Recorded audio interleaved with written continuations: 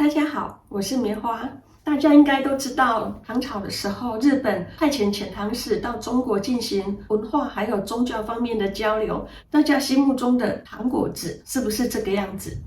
其实这些东西是和果子，但却不是糖果子。很多人认为草字头的果是日文汉字，其实并不是的，中文也有这个字，它是果的异体字，只是我们现在比较少用。果这个字形是奠定在唐朝的时候。在《乌明类聚钞》里面有看到，它有8种糖果子的记录，但是其实真正的话，并不只有这8种糖果子，大部分是油炸的，但是并不能代表说唐朝的点心大部分都是油炸的。其实它的材料的话很单纯，因为当初遣唐使他要回日本的路上，其实是有点艰辛波折的。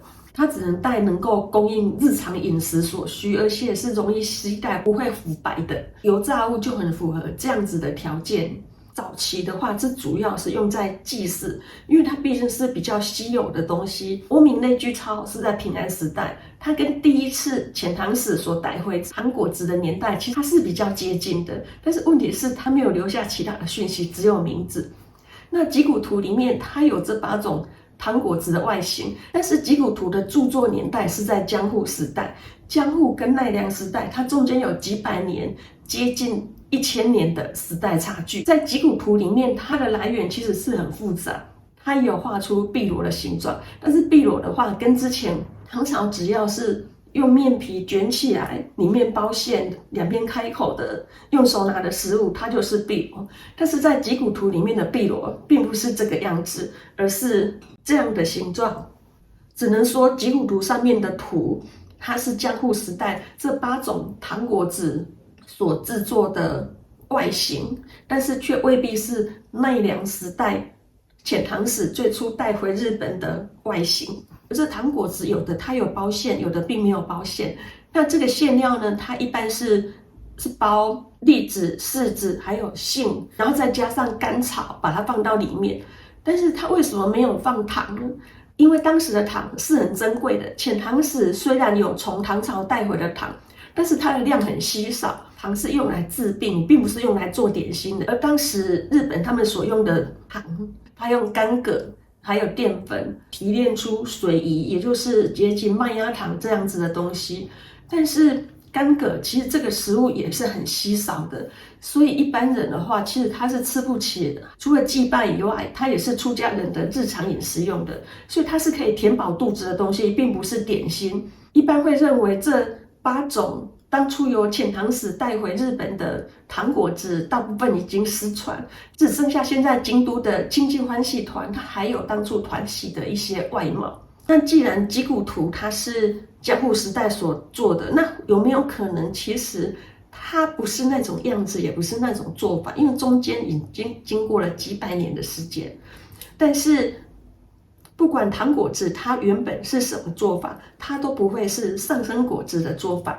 因为上升果子它的含糖量是很高的，当初遣唐使带回去的糖很稀少。做上升果子的白凤豆是在明朝的时候，也就是日本的江户时代，由西班牙人还有葡萄牙人传入日本，所以不管当初的糖果子是什么做法，它都不会是现在上升果子的做法。这个碧螺它很像某一种食物，大家猜到了吗？就是哆啦 A 梦喜欢吃的铜锣烧。因为它一样是这种2片扁平，只是后来的它的材料不一样。因为糖果子毕竟是1000多年前的东西，那当时的物资还有生活习惯都不一样。大家是不是觉得糖果子的外形有点朴实，看起来并不是那么美味？因为它本身不管它有没有含馅料，它本身的话，它在做的时候没有任何的甜味，它只有食物本身的味道，所以在吃的时候他们会淋上水饴。刚做起来的话，应该是味道应该是还可以，但是现在有点冷了，我觉得并不是很好吃。